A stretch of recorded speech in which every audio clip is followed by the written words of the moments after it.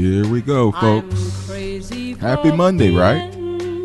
Happy Monday? I hope so. 5:09 is the time. Of course, my name is Al Green. I say of course because I'm assuming you always listen, but you could be a new listener. So my name is Al Green. This is WJFN 100.5 FM, WJFNradio.com if you want to stream it in your office or wherever you may be.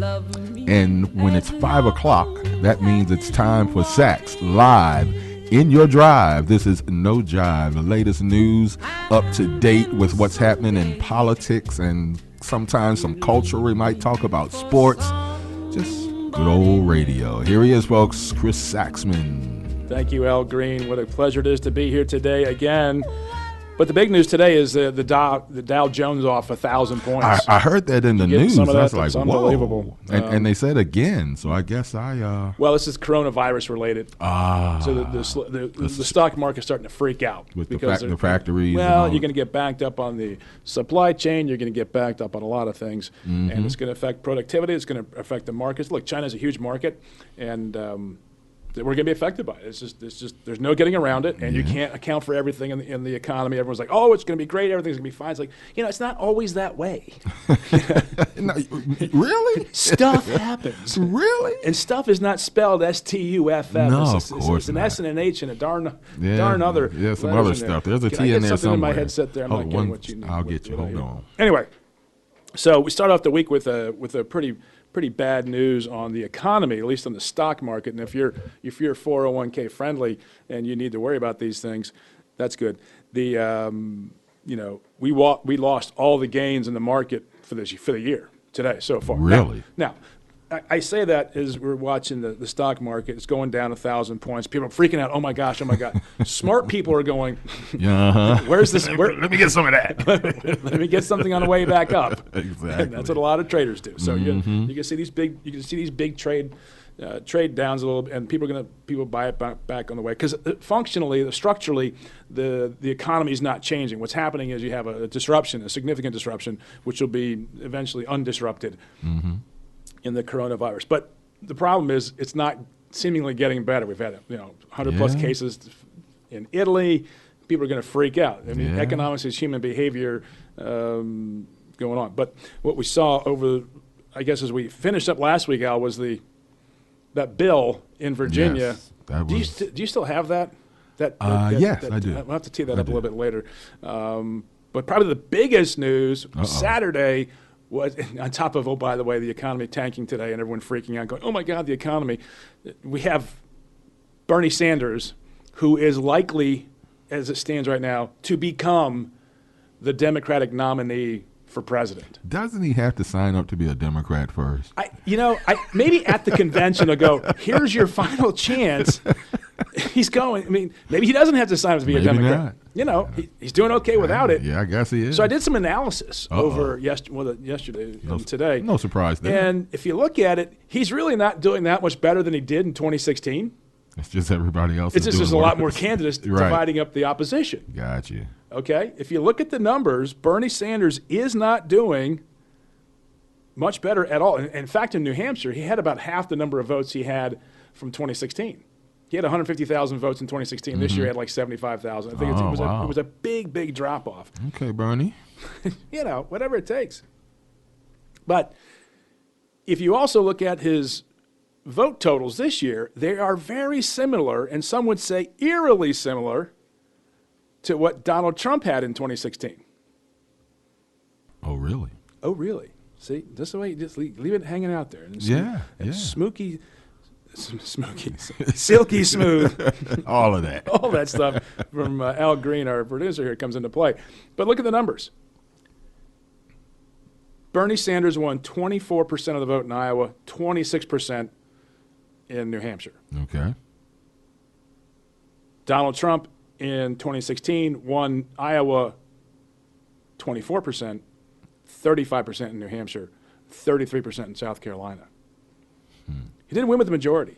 Right. He won with a plurality, against a lot of people, of opponents. Yep. Here's an interesting number, though. In 2016, Donald Trump also won Nevada. It's Nevada. Don't ever say Nevada. It's Nevada. They get ticked off about that. I think I've always said Nevada.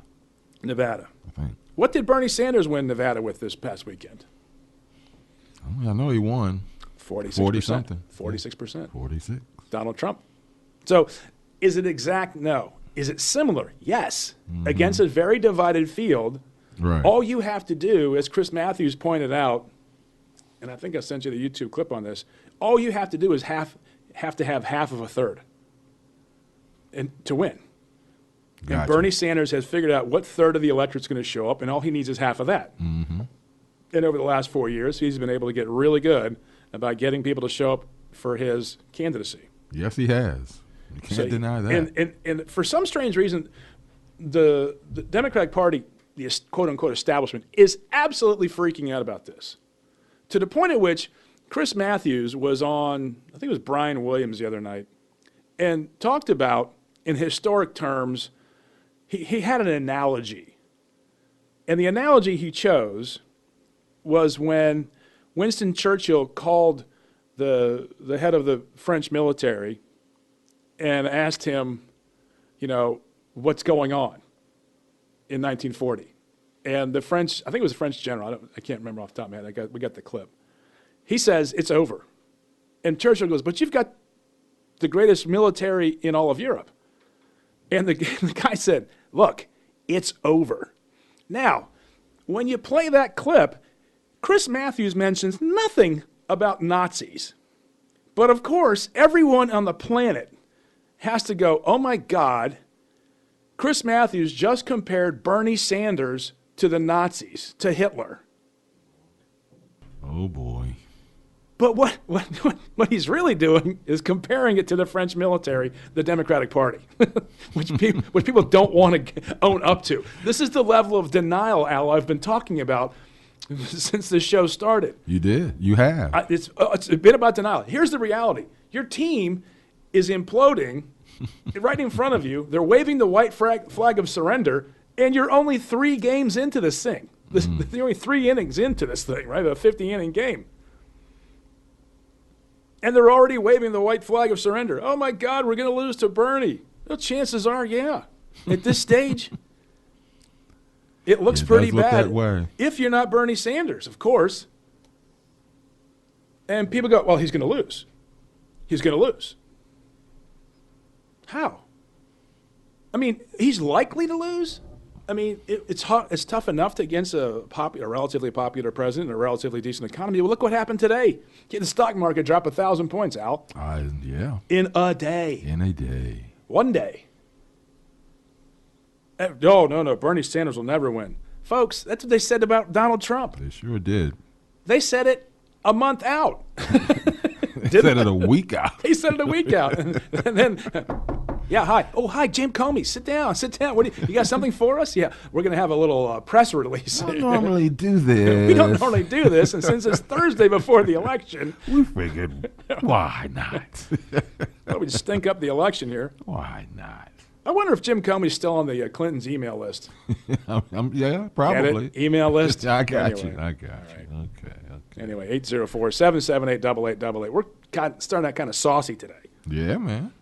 It's just the way this thing rolls. That's how we got to do it. At 804-778-8888. Chris Saxman here on Virginia Free Radio. Virginia Free is a foundation for research and economic education. And as we normally do here, I'm going to give you my disclaimer. My opinions and my analysis are mine and not that of Virginia Free, unless, of course, Virginia Free says, yes, we agree with Chris. I just run the joint. But what we try to do is get the business and political communities engaged in educating one another about their world so they create better outcomes. And they'd better get on the stick. Because there is a big disconnect between what's going on in the economy and what's going on in politics. And as everyone wakes up on Sunday morning and is going, oh my God, Bernie Sanders is going to be the nominee for the Democratic Party, the Republicans are going, we got Trump still. And people are going, are we down to these 2 choices? Yeah, that is That is a sentiment I hear sometimes. It was funny. I was watching Rising on YouTube with Crystal Ball and her co-host. I think his name is Cigar Argenti. And they were absolutely railing on Mike Bloomberg. And they went to a commercial break. Mm-hmm. The commercial break was Mike Bloomberg. Oh. Wow. He is everywhere. He's everywhere. Yes, he is. He's even here now. He's running ads. He just ran an ad on this show. You're welcome, John Fredericks. Congratulations. So I had a friend contact me on Facebook. Chris, what are you doing at Mike Bloomberg? I was like, what the hell are you talking about? I see you on his Facebook page. I said, I just liked it so I could get the information to come off it. I also like Donald Trump. I also like most political candidates, so I can see what their messaging is, so I understand where they're going, so I can communicate back to the business community. This is what's going to be happening in your economy, because this is what's going to be going on in your politics. Do you follow me? And there's only like 1 million people who've already liked this page on Facebook, but I'm like eternally damned if someone sees it. It's not the first time. As you should be. As I should be, right. And it's not the first time someone said, what is, and one friend of mine actually sent me a screenshot. Like, dear God, man, what are you doing? And he's big into the Second Amendment. I'm like, I'm following him on Facebook, people. That would just like millions of others. Just like millions of other people. And it might explain the two friends I lost on Facebook over the weekend, Al. Oh, that's so sad. It's always a sad moment. And I thought to myself, maybe they're not defriending me. Maybe someone passed away. Maybe someone, closed their account. I don't want to, say I lost a friend. I just no longer have them on my Facebook. And that's a good way to look at it. Because I don't want to put the negative. I mean, and technically, you didn't lose them. You knew where they were. They're losing all this free stuff. That's what I'm saying. They're the losers. So, also over the weekend, dude, you can follow a page without liking it. Brian Kerwin, I don't think so. I think you're lying. And you don't call it anymore anyway. So I know, who gives man. a damn what you think? Right? He just dissed us, man. He's a Flyers fan. Still suck. All right, where was he? Oh, so we're back to over the weekend. Not only was it Bernie Sanders' big victory in Nevada, it was the 40th anniversary of the Miracle on Ice. Miracle on Ice, right? And I watched the movie last night, and it's a brilliant movie. It's on Netflix if you can watch it. It's Disney. It's shade over 2 hours. But it's very well done, and it captures the moment. It captures the moment of why it was so important in American history, and it was the greatest sporting event in the 20th century. And people say it was a miracle because Al Michaels says, "Do you believe in miracles?" Do you believe in miracles? Right. I think I have. Do you have the? Yeah, I'm getting it loaded now. Loaded up now. We're going to play the final minute of that game. But remember, folks, or not remember, recall a couple things. Or learn, which we don't charge here for, but should. Yes, should. First of all, it wasn't a miracle. That was just plain out hard work. Okay, I'll roll with that. Those kids busted their humps for months on end and became a great team. Yep. They didn't just beat the Soviet Union. They beat the Czechs. They beat the West Germans. They beat the Romanians. They beat the Finns. They were undefeated against the greatest teams in the world. That is true. And they beat the Soviets. Ding, ding, ding. The greatest team in the world. Who they had lost to 2 weeks prior, 10-3 at Madison Square Garden. Yeah, there's some hard work, but there's some miracle in there, too. Oh, no. There were a lot of great things that happened. Oh, sure. And I'm not taking away from Al Michaels whatsoever. But can you imagine the difference? He has said, "Do you believe in hard work?" Yes. No? Yeah, not quite the same. Yeah, let's click on that. The market. Let's just tee that movie up there. Hard work. That'll sell. That'll sell. Dun, dun, dun. Hard work. Oh, man, the 80s would have been a lot different, right? Yeah, that could have changed history, man. Like Back to the Future, you change one thing, you change everything. Here's something else you probably don't know or remember. Uh-oh. And this is really important when you look at it from today's perspective, going back. Mm-hmm. In 1980, okay, 40 years ago, right, that game was scheduled for 5 o'clock in the afternoon, which would have been 1 o'clock Moscow time. So, and this is really important, this is a great piece of trivia, we did not see it live. It broadcast at 8 p.m. that night. 4 a.m. Moscow time. I was going to say, because that was on that night. It was tape delayed. Here's why I remember that. After learning somehow through some obscure thing called the radio. No. They had that back then? It was the crank style. Oh, okay. I go rushing down into my friend's basement and yell, "We beat the Soviet Union!" And my friends went, "No!" It was the worst spoiler alert of all time. And it has been ingrained in my psyche ever I guess it since. has. Man, you could have ruined it for everybody. Well, it was really bad because I had just moved to the neighborhood, and they all hated me. Perfect. Especially after my Pirates won the World Series and my Steelers won the World in the Super Bowl. So they're not really thrilled with me to begin with. Yeah. But I go downstairs to my best friend's house. "We beat the Soviet Union." And they're like, "Oh, my God, Saxman, we hate you." We really do now. But, yeah, it was tape delayed. It wasn't live. That's crazy. But it was typical for that time. It was far more typical. Yeah, it's amazing when Jim McKay, I remember Jim McKay saying, "We're broadcasting this and we already know the outcome." How do you keep yourself? It's the greatest sporting event in the 20th century. You can't go. Stay tuned for the greatest sporting event in the 20th century. Right.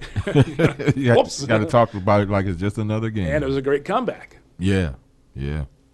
Again, because they were so well trained. But again, it's tough to define this as a miracle, frankly, for me. Once you peel it back and go, wait a second, a miracle shot? Okay, I see that. The Kihei Clark pass to Mamadi Diakite against Purdue. That was a miracle shot. That whole tournament was a miracle for them. But again, because they were so well coached. I was going to say now. Wait a minute. No, you can't get rid of the miracles, dude. I'm sorry.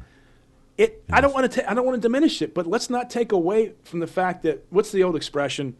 It's funny how lucky you get, the harder you work. Oh yeah. The African proverb, I emailed out today. If you want to go fast, go alone. If you want to go far, go together. That, I think, is what I pull back from watching the movie again, is that these weren't the best Americans hockey players. Okay. They were the best team. And they trained together and work together to achieve that amazing accomplishment. So when you look back and you say, okay, apply it to politics. If you think Bernie Sanders is going to stop at anywhere along this path to the nomination, no. Ain't going to happen. If you think he can't win in November, you are sadly mistaken. It won't just happen. Things just don't happen. Or things don't just happen. Why are you doing this to me? Fair point. It just doesn't like nothing just pops magically down from heaven. You know, it takes time, and if you don't watch what's going on, Bernie Sanders can beat Donald Trump. He's winning now in the polls. Yeah. I don't think Bernie's been fully vetted. No. I don't think Bernie's is fully known to the rest of the country. I think once the policies are compared, but if you're from a political standpoint, and I don't agree with Bernie Sanders at all. Okay, I'm going to say that up front because I'm going to say some nice things in the context of actual politics. Okay, I got you. Bernie Sanders is a very good politician. No question. What he is doing should be studied from an academic perspective on how to win elections. Look at his mannerisms. Look at his language. Look at the issues. He went down a litany the other night of these issues. Not one will ever become law. Not one. But they were really popular. And oh, by the way, this is, in effect, a popularity contest. The person with the most votes, they do win. Well, sorry, says Secretary Clinton. Most of the time. In the Electoral College, it gets a little iffy. Most of the time. But you get my drift. Oh, yeah. Yeah, definitely. If you want to win, you're going to have to be popular. If you want to win a hockey game, you got to score more goals. That's just the way it rolls. So when you look at this from a technical standpoint, from a nuts and bolts on how to win elections, Bernie Sanders is running a great campaign. And as an observer of the game, I respect that.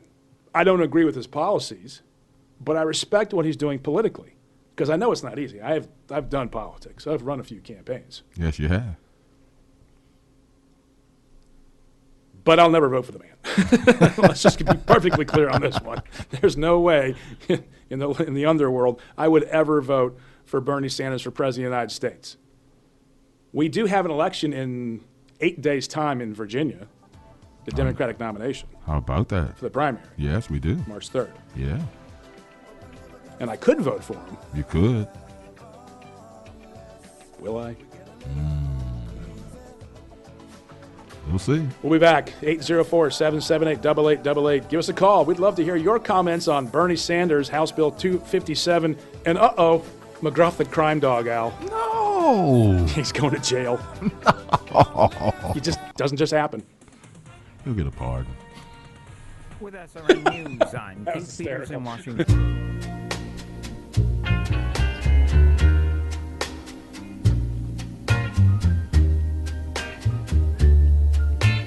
There are my headphones.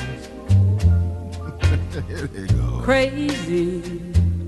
The time now is 5:36. Actually, that works because that puts us right in the mix with SAX live, starting at 5 all the way to 6 in your drive, right here on WJFN 100.5 FM, WJFNradio.com. If you got the John Fredericks Radio app, you can get it anywhere you go in the world.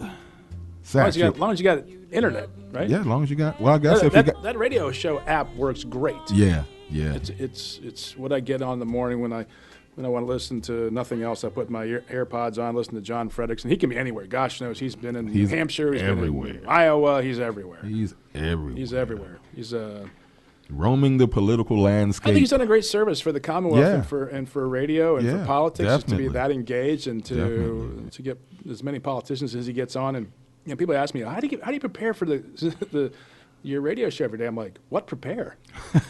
it's sifting out all the crap. It's all the crazy that goes on. You're like, how do you not prepare for this thing? What can you prepare? I come in today, I log on where I got 5 minutes to go, flip up, news.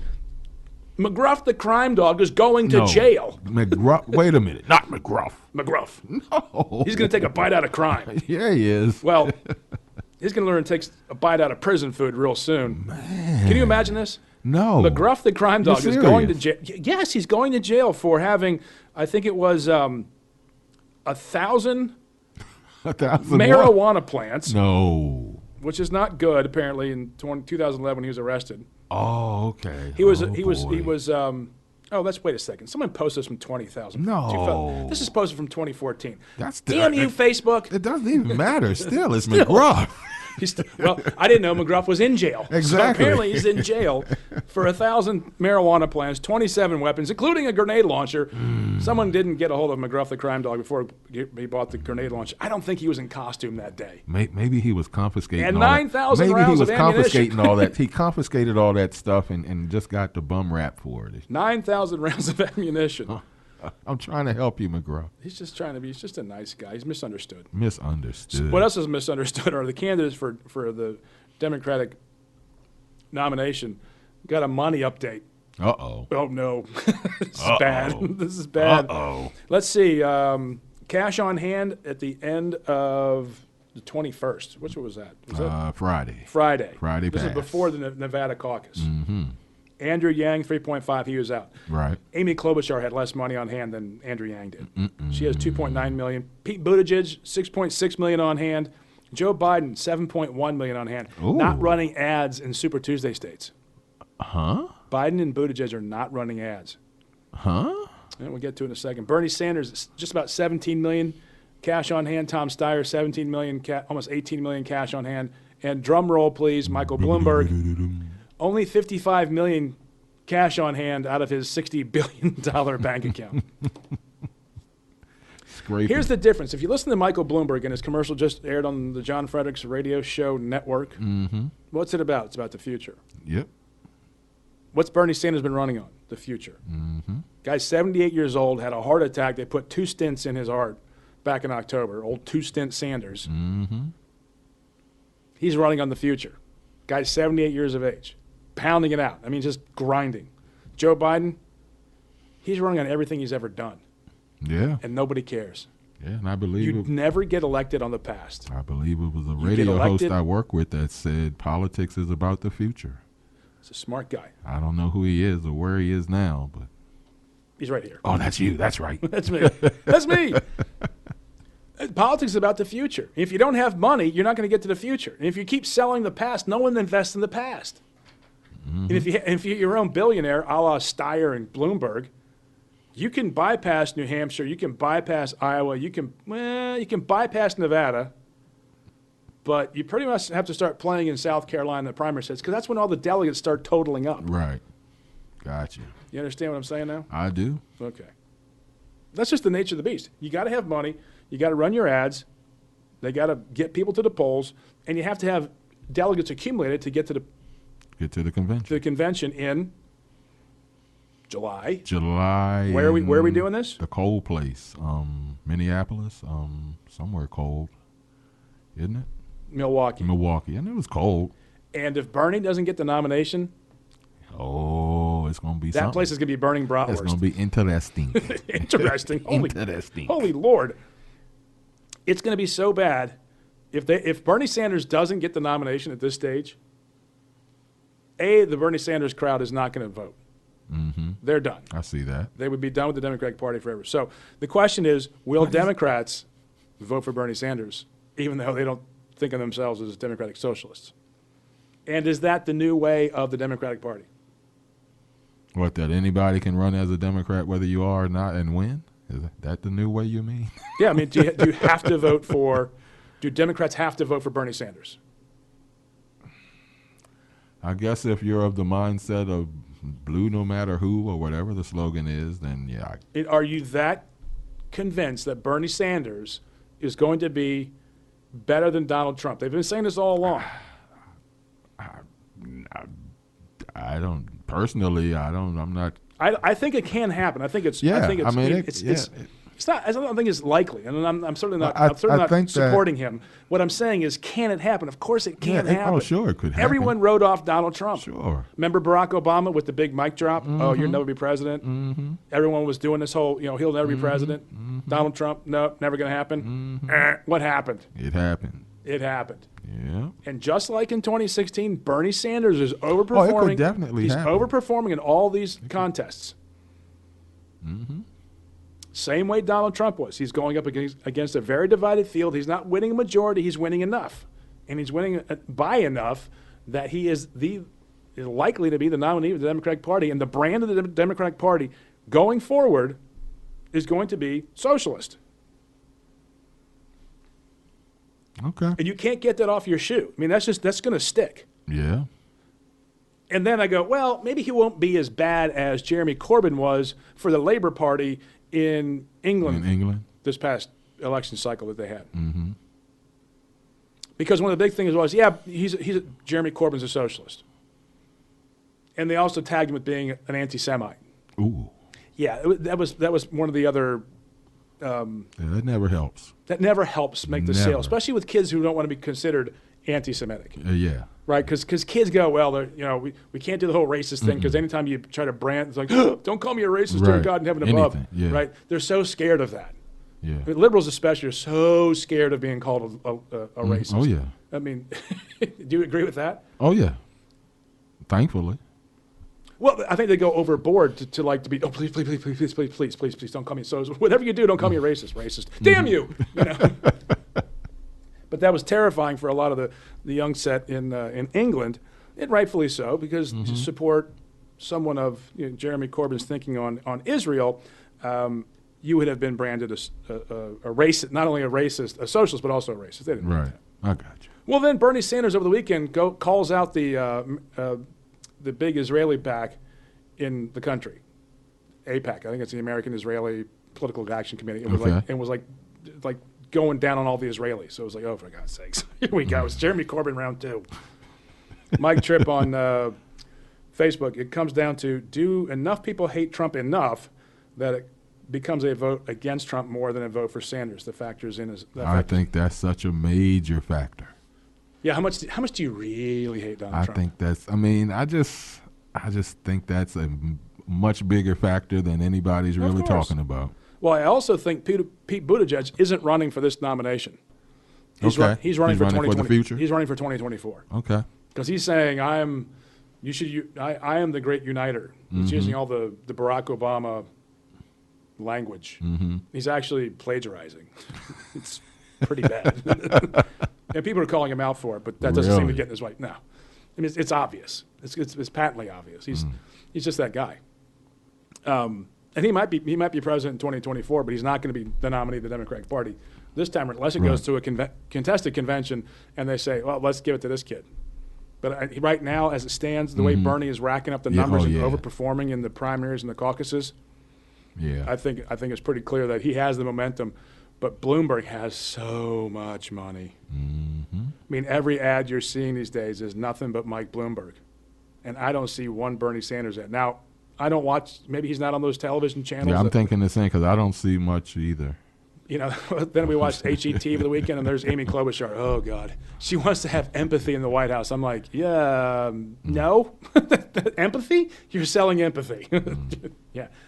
Go up against Xi Jinping, Putin, Iran, who just voted a bunch of more hardliners in their elections over the weekend. Iran did. Interestingly enough, turnout was down in Iran considerably because it's apparently unhealthy to show up and vote. And they also disqualified thousands of candidates from getting on the ballot in Iran. That's authoritarianism. Hey, they really know how to do authoritarianism. Yeah, they're good. They're really good at what they do. They are. They are very good. Well practiced. Well practiced. So, yeah, Bernie Sanders, I think, can win the presidency. Why not? If he's on the ballot, he can win. If he's not on the ballot, he can't win. Hey, you just got a shout-out from Anita Fredericks. Hot diggity. He's a great wingman. I feel special now. Well, we've been doing. I like wings too. We did a little chicken taste-off. Oh my God! Did you see the news?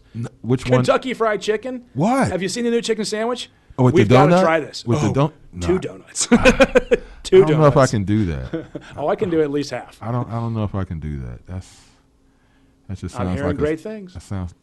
I'm hearing great things. We did it. We did a taste-off. I'll take it for Al, the team. this is for the audience, for those who don't pay attention every day. Al Green, the producer of this show, and I had a conversation about food, and I said, well, let's just try out these 2 sandwiches, Chick-fil-A, their spicy chicken sandwich, and the new Popeyes. Yep. Since Popeyes finally got their act together and figured out people can actually eat these sandwiches. We better have them. They still can't quite get it out the window in time, so which is what I've discovered in my drive-through activities here. But we ranked them. We did a taste test, and clearly Popeyes blew the doors off. Popeyes was the winner for sure. For sure. For sure. And So I knew who Anita Fredericks was. She was John's wife, Ann. I knew who that was. Oh, okay. Hey, Ann. Nice. Thanks for listening. That's nice. Yep. So we came down, but now we have a new chicken sandwich on the deck. We got to try this KFC. This is what the marketplace does, people. Okay. My question is to you. Okay. With the improvements that Popeyes made to their chicken sandwich, will Chick-fil-A try to catch up? Yes, obviously. They have to. They better. They'd better. You know, they might not though. They know. You know they have to. They have to, but okay, we're going to draw the parallel to politics. Okay. If one party does something different and it works, the other party's going to do the same thing, and that's what's happening. Got you. What Trump did in 2016, Sanders is doing in 2020. The numbers are very similar. Iowa, New Hampshire, Nevada. In Nevada, they're a spot-on match. The question becomes, what happens after all this to both political parties if it doesn't work for the Democrats and Bernie Sanders is their nominee? Who are they really? Dear God, imagine that implosion. And imagine if Donald Trump loses, dear God, what happens to the Republican Party? And then who's KFC? Is there another model out there in this ever-changing political landscape, in this ever-changing technologically advanced world, when you've got billions of dollars available on the sidelines? When is Uber going to figure out politics? Or when is politics going to be Uberized? What's the great destructive force in politics? That's a big one there, SAX. I already figured it out. I knew you did. I'm not going to give away all my secret sauce. Come on. 804-778-8888, 804-778-8888. We already quoted a 2014 news article on McGruff the crime dog. I feel totally violated by Facebook. The only reason I don't is because it's still news to me. I didn't know. See?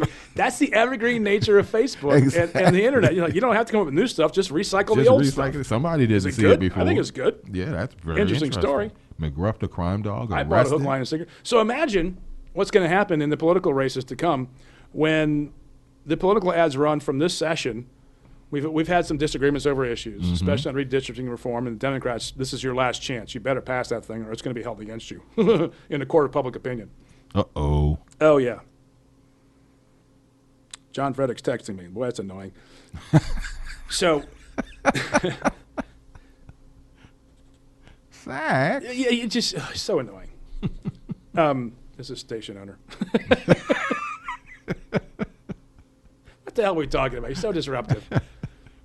Heck if I know. He's the great disruptor. He is the great disruptor. The great disruptor. Oh, evergreen news. So when House Bill 257, the debate from the floor the other day, what happened? Not much. I didn't see one story in the press. Last year when the Tran bill hit on abortion, the place went absolutely psychotic.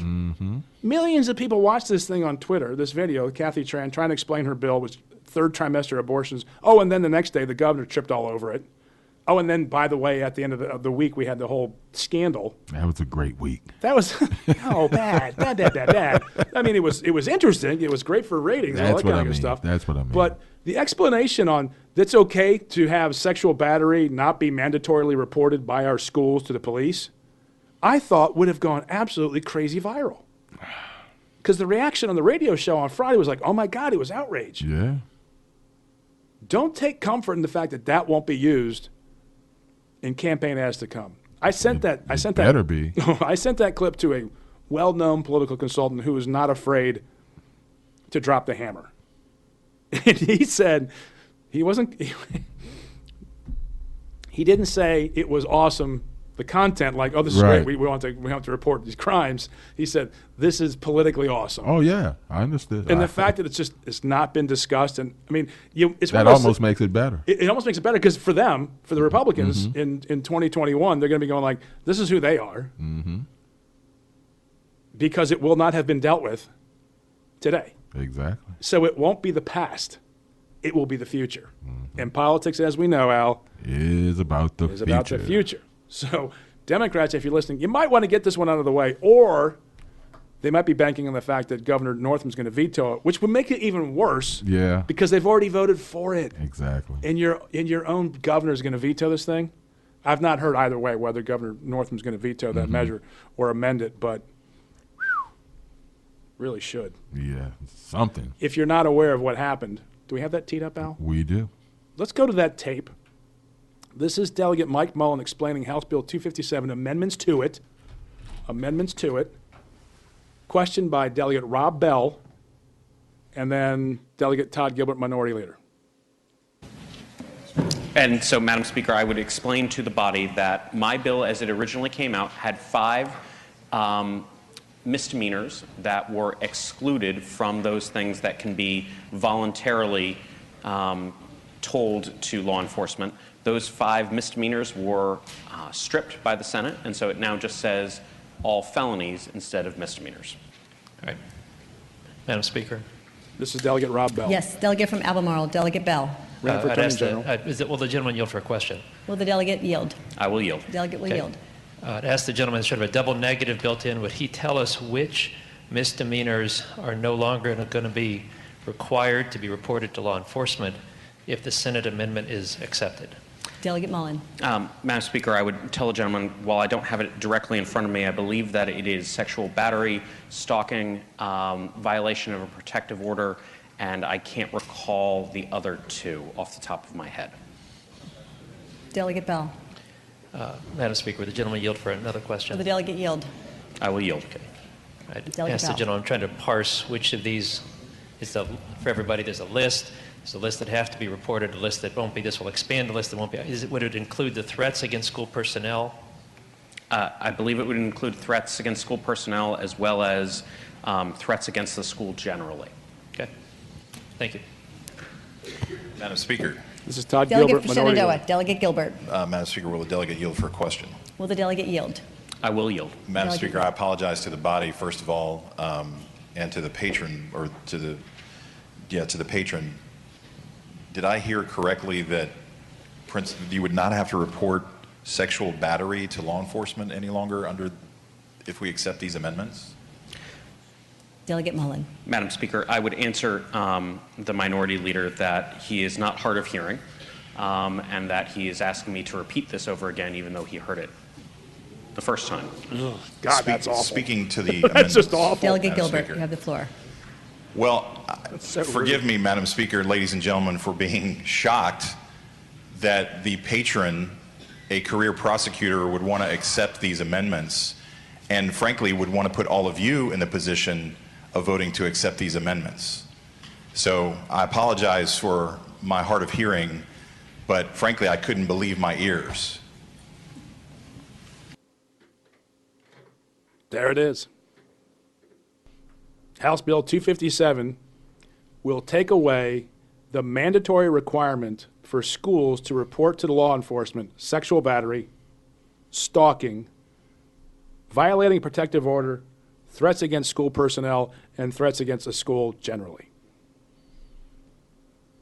What I can't understand, Al, is I didn't see one article in the newspapers over the weekend about this brewing controversy. Yeah, it was. Because I put up on my Facebook page, because as a father of four who sent my kid to a variety of different schools, the two most recent ones, the local public school, here was my reaction. You're out. We're done with this place. There's no way I'm sending my kids to that kind of a school environment in which that kind of behavior is not going to be reported as a crime to law enforcement, which means they're going to be protecting criminals who are, and the sexual battery for you, as we just, I'm not an attorney, so I looked it up. Yes, you did. Sexual battery is unwanted touching of your private parts for the purposes of sexual abuse, arousal, or gratification. That's what that is. So if this bill passes, the school will not have to call. They still can. But and the school boards would probably mandate that they do, and even if it's, you hope. You would hope. You hope. But not according to state law. Right. I can't imagine why anyone would vote for that. I'm still trying to figure out who's the second guy And that then said, let's I roll looked with at the this. vote total. It was 46-44, and 10 people didn't abstain. They not voted, which means they sat there in their chairs and said, you know what, we're going to let this bill pass, but I won't put my fingers on it, so I won't be voted as showing being voting for it. It's worse. That's worse. You were a coward. Yeah, you weaseled. You were a coward in the face of what you're selected to do. You didn't have the guts to vote for this thing. You didn't have the guts to vote against it like you should, because you didn't have the guts to vote against your own party.